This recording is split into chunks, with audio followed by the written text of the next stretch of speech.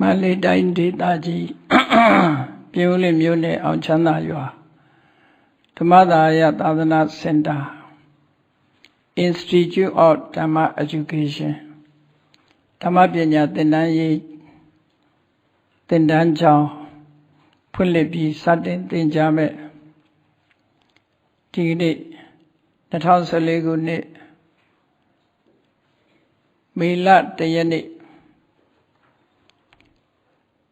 2014ခုနှစ်ဓမ္မသင်တန်းကိုစတင်ပြီးတော့သင်ကြားမဲ့နေ့အဖွင့်ဩဝါဒကထာအမှားစကားအခုလိုဓမ္မပညာသင်တန်းဖွင့်လျရတာဟာအင်မတန်မှအရေးကြီးတဲ့အရာတစ်ခုလို့ယုံကြည်လို့ဒီဓမ္မပညာသင်တန်းကိုမနှစ်ကစပြီးတော့ဖွင့်ခဲ့တာဖြစ်ပါဘုရားရဲ့တရားတော်တွေဟာတရားတစ်ခုတည်းနဲ့မလုံလောက်ပါပညာပါတဲ့တရားကမှမှန်ကန်တဲ့လမ်းကြောင်းကိုပို့နိုင်တာဖြစ်ပါရသော်ဘုရားရဲ့အဆုံးအမထဲမှာဆိုရင်ပိညုတ္တကသဗ္ဗိဓမ္မာလို့ဆိုတဲ့အတိုင်းဓမ္မအလုံးထဲမှာအမြတ်ဆုံးအရေးကြီးဆုံးလို့ဆိုရတဲ့အရာဟာပညာသာလင်ဖြစ်တယ်။ဒါကြောင့်မို့ပညာရအောင်စီဘူးအထောက်ကြမယ်။အကယ်၍ဘုရားရဲ့ဆုံးမတရားတော်တွေကိုနားလည်နိုင်တဲ့ပညာမရှိဘူးဆိုလို့ရှိရင်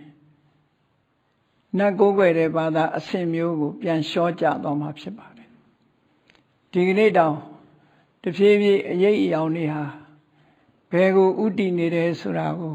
ခံမှန်းကြည့်လို့ရပါတယ်ဆိုပါစို့ဒါက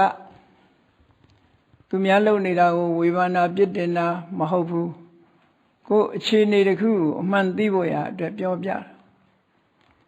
ဘုရားဘာသာမှာခိုင်းကြီးနှစ်ခိုင်းရှိတယ်ဒီကနေ့ခေတ်မှာအတိမတ်ပြုထားတဲ့ခိုင်းကြီးနှစ်ခိုင်းမဟာယာနနဲ့ထေရဝါဒဆိုပြီးတနည်းအားဖြင့်ပြောမယ်ဆိုရင်တိဘက်တန်ဗုဒ္ဓဇင်းကိုတိကျထုတ်ယူမယ်ဆိုလို့ရှိရင်တိဘက်တန်ဗုဒ္ဓဇင်းကဝစီရယာနဝချိရယာနနဲ့ကျန်တဲ့ဂျပန်ကိုရီးယားတရုတ်ပြည်တို့မှာထွန်းကားတဲ့ဘာသာတရားကမဟာယာနဗုဒ္ဓဘာသာလို့မြန်မာသီရိလင်္ကာထိုင်းကမ္ဘောဒီးယားလာအိုဒီ၅နိုင်ငံမှာလိုက်နာကျင့်သုံးတဲ့ဗုဒ္ဓဘာသာကထေရဝါဒဗုဒ္ဓဘာသာလို့ဒီလိုဗုဒ္ဓဘာသာကွဲပြားမှုလေးတွေခိုင်းကွဲမှုလေးတွေရှိတဲ့ထင်မယ်မဟာယာနဗုဒ္ဓဘာသာမှာဘာလွှမ်းမိုးနေသလဲလို့ဆိုလို့ရှိရင်ချန်တင်းလို့ဆိုတာလွှမ်းမိုးထားတယ်ခုချန်တင်းလို့ဆိုတာမြတ်စွာဘုရားဟောကြားတဲ့သုတ်တန်တစ်ခုရွတ်ဖတ်တဲ့စေတာအဓိကဖြစ်သွားပြီဓမ္မတေးလို့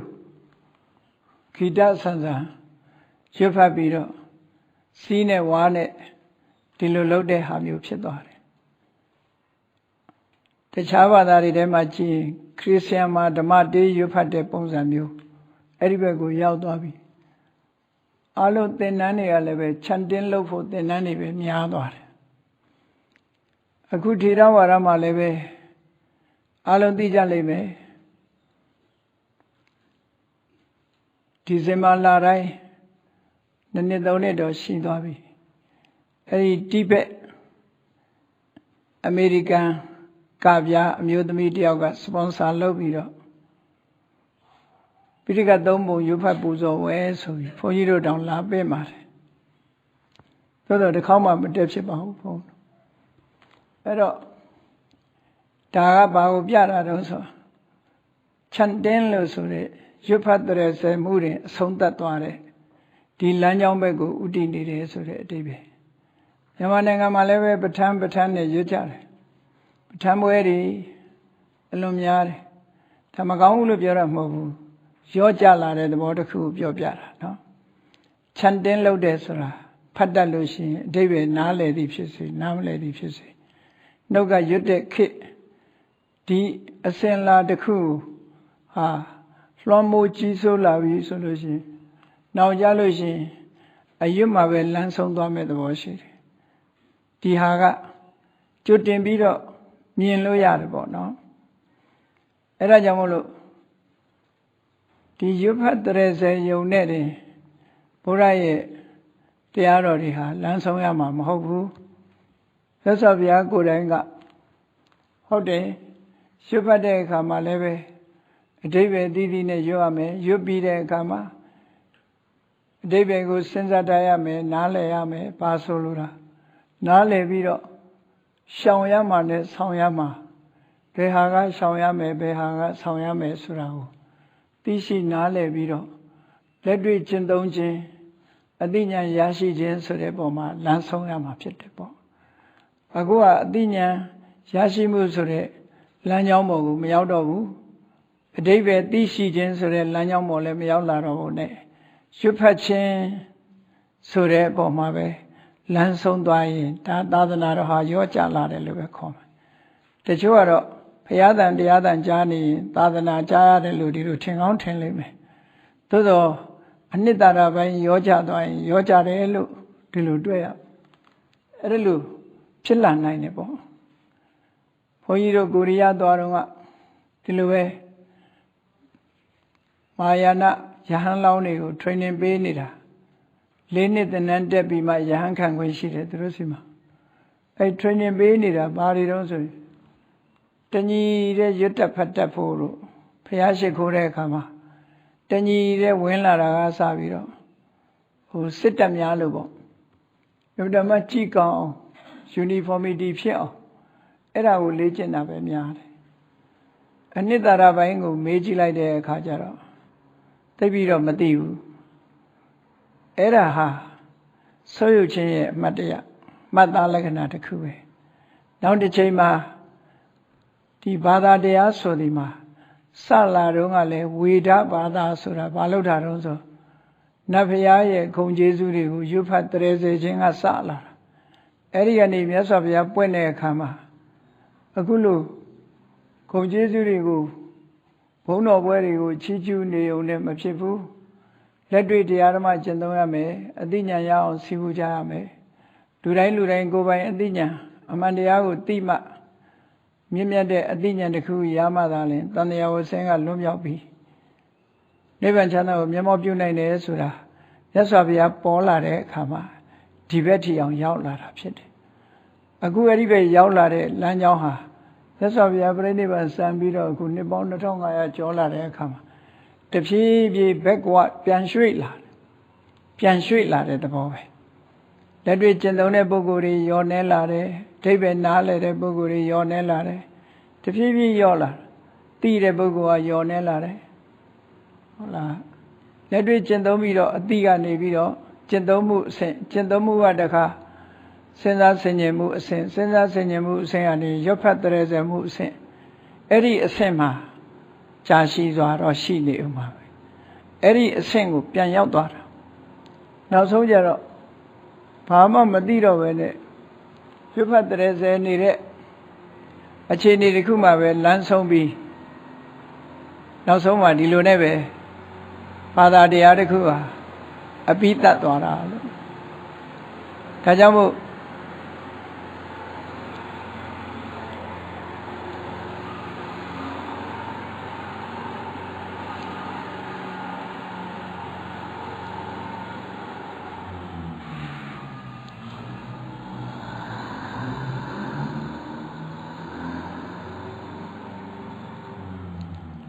ဒါကြောင့်ဘုန်းကြီးတို့တွေ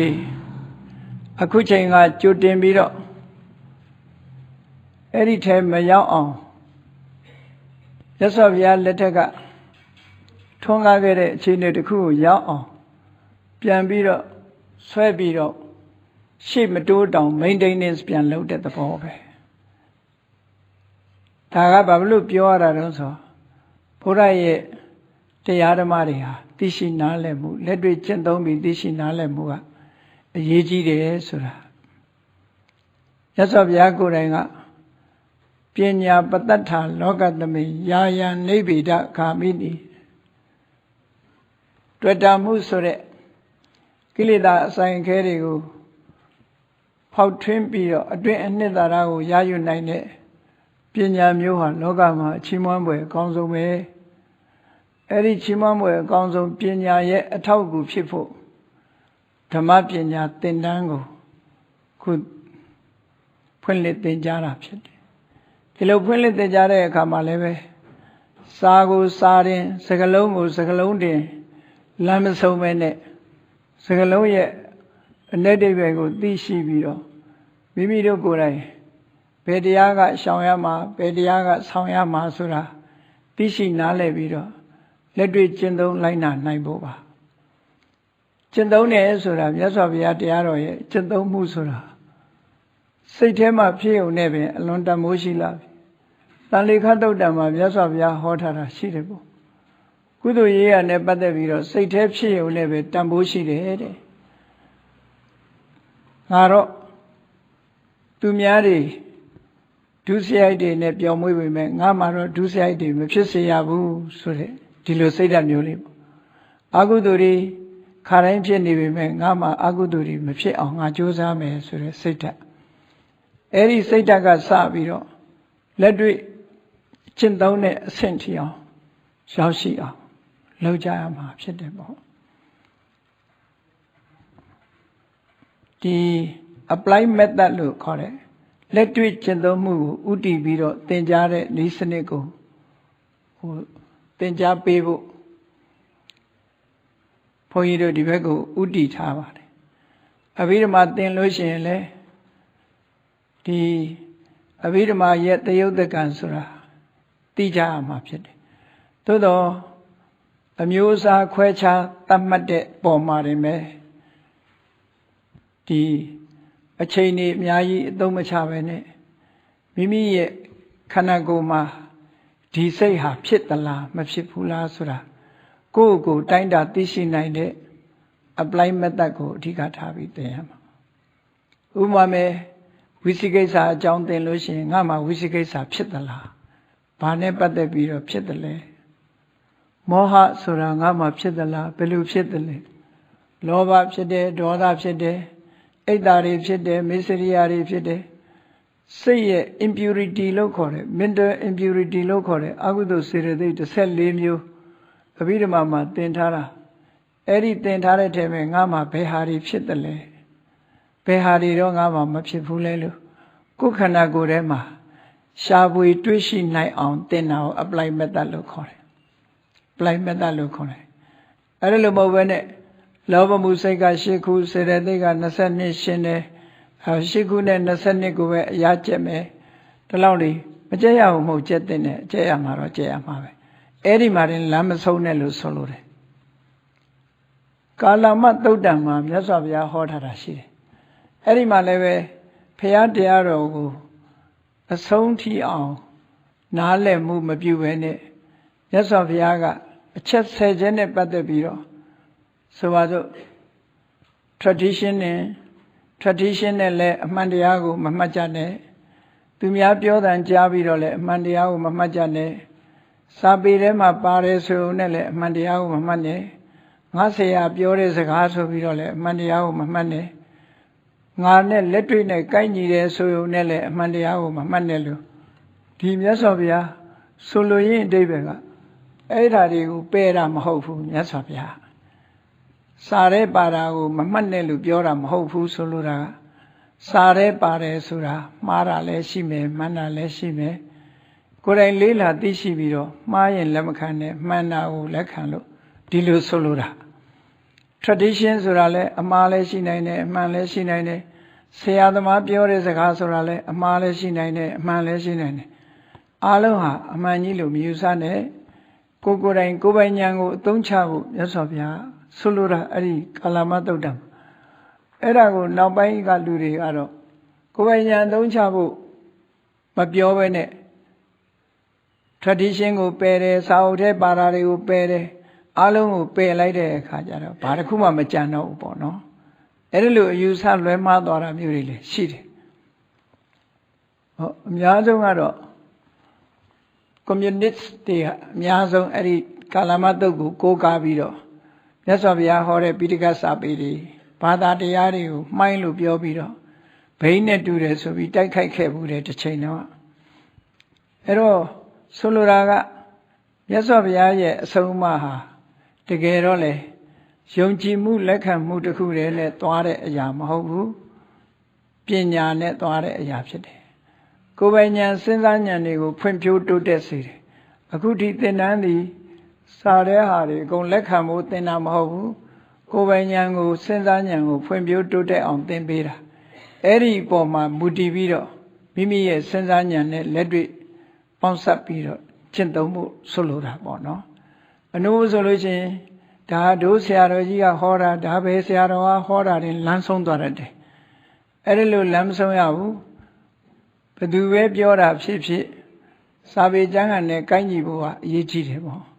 လက်တွေ့နဲ့ကိုက်ညီဖို့ကအရေးကြီးတယ်တခါတော့ကအင်္ဂလန်ကဒီဆရာကြီးဥပခင်ရဲ့တရားစခန်းတွေပေါ့ဆရာမကြီးတော်မြတ်မြတ်တွင်တို့တရားစခန်းတွေဝင်ပြီးတော့ဗမာပြည်ရောက်လာတဲ့အမျိုးသားနဲ့အမျိုးသမီးသူတို့ကဗာလိုက်ဘုန်းကြီးစီရောက်တော့ဗာမေးတော့ဆိုတော့ဆရာကြီးဥပခင်ရဲ့ဆရာကဆရာတက်ကြီးတဲ့ဆရာတက်ကြီးရဲ့ဆရာကလဲရီဆရာတော်လဲရီဆရာတော်ရဲ့ဆရာကဘသူတုံးပေါ့အဲ့ဒါကိုမေးတာအေးဆရာအစဉ်ဆက်ဆိုတာရှိတယ်လဲရီဆရာတော်ဒီတရားအထုတ်နည်းတွေကိုဘယ်ဟာရတာတုံးဆိုတာမင်းအဲ့ဒါလို့မေးလို့အဆုံးမတတ်ဘူးလို့လဲရီဆရာတော်ရဲ့ဆရာကတော့စံညောင်းဆရာတော်လို့သိရတယ်လို့အဲ့တော့တရားဓမ္မဆိုတာနဲ့ပတ်သက်လာလို့ရှိရင်လို့တို့နိုင်ငံမှာမဟာစီဆရာတော်ဘုရားကြီးလည်းရှိတယ်မိုးကုတ်ဆရာတော်ဘုရားကြီးလည်းရှိတယ်ဒီလက်တွေ့မှာတရားပြနေကြတဲ့ဆရာတော်ကြီးတွေအများကြီးရှိတယ်ပေါ့အဲ့ဒီဆရာတော်ကြီးတွေရဲ့တရားမှန်သမျှဟာပိဋကတ်သုံးပုံဟာလာတာကြီးပဲဒါကြောင့်မို့တို့နိုင်ငံမှာ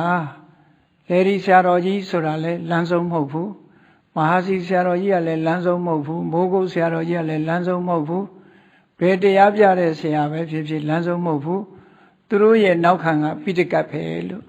ပိဋကတ်နဲ့မညီရင်ဘယ်သူမှလက်မခံဘူးလို့တို့နိုင်ငံမှာ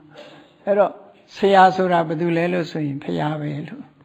သက်စွာဘုရားကတရားဓမ္မတွေအပြည့်စုံဟောကြားထားတာဖြစ်တယ်မသိလို့သာဆရာရင်လမ်းဆုံးနေကြတာလေဖရာဟောထားတာကိုသိတယ်ဆိုလို့ရှိရင်ဖရာလမ်းဆုံးရမှာဖရာမှာသိကြရမှာအလုံးနောက်ဆုံးမှာရှင်သာရိပုတ္တရာလိုပညာတတ်တဲ့ပုဂ္ဂိုလ်တောင်မှပဲဒီ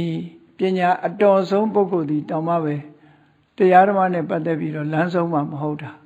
မြတ်စွာဘုရားကျမ်းမှာလမ်းဆုံးတာလေအဲဒါကြောင့်မို့လို့အရေးကြီးဆုံးကတော့ဆရာဆိုတာတော့ကိုယ့်ရဲ့ကျေးဇူးကြီးတဲ့ပုဂ္ဂိုလ်အနေနဲ့မှတ်သားရမယ်ကိုယ်တရားဓမ္မသိရှိလာသည့်အတွက်ကြောင့်ဆရာကိုတော့စိတ်ထဲကောင်းထဲမှာမှတ်ထားပြီးတော့ကျေးဇူးတင်ပြီးတော့ပူဇော်ထိုက်တယ်ရှင်သာရိပုတ္တရာဟာလည်းရှင်အတ္တစီကိုဘယ်တော့မှမမေ့ဘူးသူ့ရဲ့ပထမဆုံးဆရာလက်ဦးဆရာဖြစ်လို့ရှင်အတ္တစီကိုအမြဲတမ်းယူသိလေးစားမှုပြုတယ်သို့သောတရားတော်နဲ့ပတ်သက်လာတဲ့အခါကြလို့ရှိရင်တော့ကိုယ်ပိုင်ညာနဲ့အသုံးချပြီးတော့မြတ်စွာဘုရားဟောတဲ့တရားတွေကိုများများလေ့လာနိုင်မှုဒါကအရေးကြီးတယ်ဆိုတာကိုတတိချတာပေါ့နှုတ်ဖို့ဆိုရင်ဆရာမာရင်လမ်းဆုံးသွားလိမ့်မယ်ဆရာမာရင်လမ်းဆုံးသွားနိုင်သေးတယ်ဒါကတော့မဟာစီဆရာတော်ကြီးဟောတာဒါလေဒီဆရာတော်ဒါကမိုးကုတ်ဆရာတော်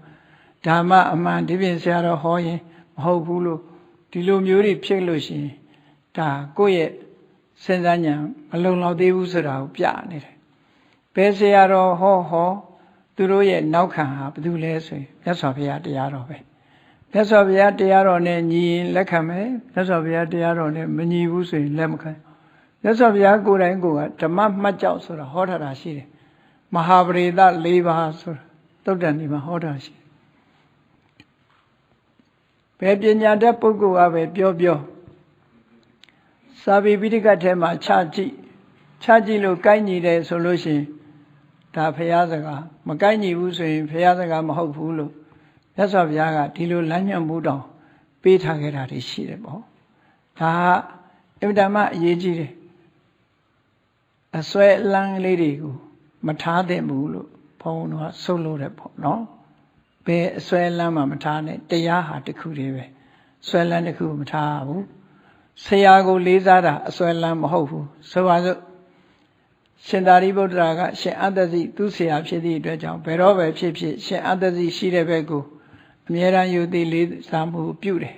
ဘယ်နေတယ်ဆိုတာအမြဲတမ်းဥချပြီးတော့ယူသည်မှုပြုတယ်အေးကိုကလေဒီဆရာတော်ကြီးတရားဖတ်ပြီးတော့တရားလမ်းကြောင်းပေါ်ရောက်လာရင်လေဒီဆရာတော်ကြီးကိုအမြဲတမ်းရှိခိုးဒီလိုဆိုလိုတာဆရာကိုတော့လေးစားတယ်သို့တော့ဆရာပြောသမျှအကုန်လုံးအမှန်ကြီးလို့တော့လမ်းမဆုံးနဲ့ဆရာပြောတာဘယ်ကပြောတာလဲဆိုတဲ့ပုံမှာသွား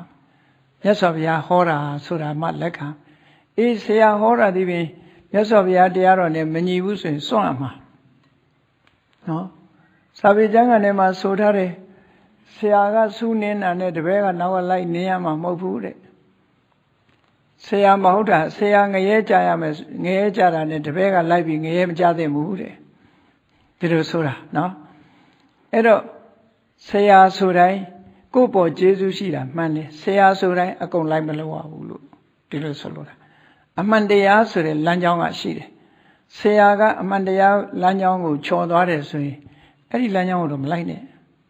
ဆရာလေးစားတာကတပိုင်းသူလှုပ်တာလိုက်မလှုပ်တာတပိုင်းကိုယ်အသိဉာဏ်နဲ့ကိုယ်ဆင်ခြင်သုံးသပ်ဆုံးဖြတ်တတ်ရမယ်အဲ့ဒီပညာတွေရဖို့ရအခုဓမ္မသင်တန်းပို့ချတာလို့အနှစ်သာရပိုင်းကဒီလိုဆိုလို့တယ်အဲ့တော့ဓမ္မပညာတက်လာပြီးတဲ့အခါမှာငါတက်တယ်ဆိုပြီးတော့မာနထောင်လွှားဖို့လည်းမဟုတ်ဘူးကြွားဖို့ဝါဖို့လည်းမဟုတ်ဘူးသိထားတဲ့အသိပညာတွေဟာမိမိကိုယ်တိုင်ကျင့်သုံးမယ်နော်နေထရဏထပရိယတ္တိလို့ခေါ်တယ်ကိုယ်တိုင်လှုပ်ရှားတွေကျမ်းနေသေးတဲ့ပုဂ္ဂိုလ်ဟာသင်ယူထားသမျှဟာကိုယ့်အတွက်ဒီအထောက်အကူဖြစ်ဖို့ကိုယ်တန်မြာဝကလွတ်ဖို့ကြိုးပမ်းဖို့အတွက်ကိုယ်တိုင်သိရှိနားလည်ဖို့သင်တယ်ဆိုတာအဓိကထားရမယ်ဒီလိုဆိုလိုတာပေါ့နေထရဏထပရိယတ္တိအဲ့တော့နေထရဏထလို့ခေါ်တယ်တန်မြာဝကလွတ်ဖို့ဆိုတဲ့ရည်ရွယ်ချက်ကနေပြီးတော့တခြားရည်ရွယ်ချက်ကိုသွားရည်ရွယ်လိုက်မယ်ဆိုရင်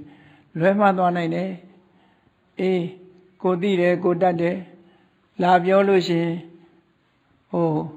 ပြန်လည်ငင်းခုန်မယ်ခြေပမယ်ဆိုတာမျိုးတွေဒီလိုတက်ချင်းကိုအကြောင်းပြုပြီးတော့လာဘတက္ကာရတွေဂုံသတင်းတွေကြော်ကြားမှုတွေဒီလိုဟာမျိုးတွေကိုလုံးဝခေါင်းထဲမှာမထည့်ရတဲ့အရာပဲတစ်လုံးသိသိနှလုံးသိသိလိုက်နာကျင့်သုံးရမယ့်အရာကိုငါလိုက်နာကျင့်သုံးမယ်ဖယ်ရှားရမယ့်အရာကိုငါဖယ်ရှားမယ်ဆိုတဲ့ဒီမှန်ကန်တဲ့နှလုံးသွင်းတဲ့စာပေကိုလေ့လာကြရမှာဖြစ်တယ်မြတ်စွာဘုရားရဲ့အဆုံးအမတရားတော်ငါသိရှိအောင်သင်ယူမယ်သင်ယူပြီးတော့လက်တွေ့ကျင့်သုံးမယ်အမှန်တရားတိုင်ငါဘဝမှာဘုရားတရားတော်ရဲ့ဒီအဆုံးအမအောက်မှာနေမယ်မြတ်စွာဘုရားရဲ့ထီးရိပ်အောက်မှာငါလိုက်နာကျင့်သုံးမယ်လို့ဆိုတဲ့စိတ်ဓာတ်နဲ့သင်ယူဖို့လိုအပ်ပါတယ်အဲ့ဒါလို့သင်ယူမှမိမိရလာတဲ့ပညာဟာတန်ဖိုးရှိတဲ့ပညာဖြစ်ပြီးဘုရားမြတ်စွာဟောကြားတော်မူခဲ့တဲ့ပညာပတ္တထလောကသမိယာယာနိဗ္ဗေဒဂါမိနီလို့ဆိုတဲ့ကိလေသာတွေကိုဖောက်ခွဲနိုင်တဲ့အသိပညာထိအောင်စွမ်းဆောင်မဲ့ပညာမျိုးငါတို့တွေရအောင်ကြိုးစားသင်ကြားရမှာဖြစ်တယ်လို့ကိုယ်စီမှတ်သားပြီးတော့လိုက်နာသင်ကြားနိုင်ဖို့အတွက်ဆုံးမဩဝါဒစကားပြောကြားအပ်ပါတယ်အားလုံးလိုက်နာကျင့်သုံးနိုင်ကြပါစေ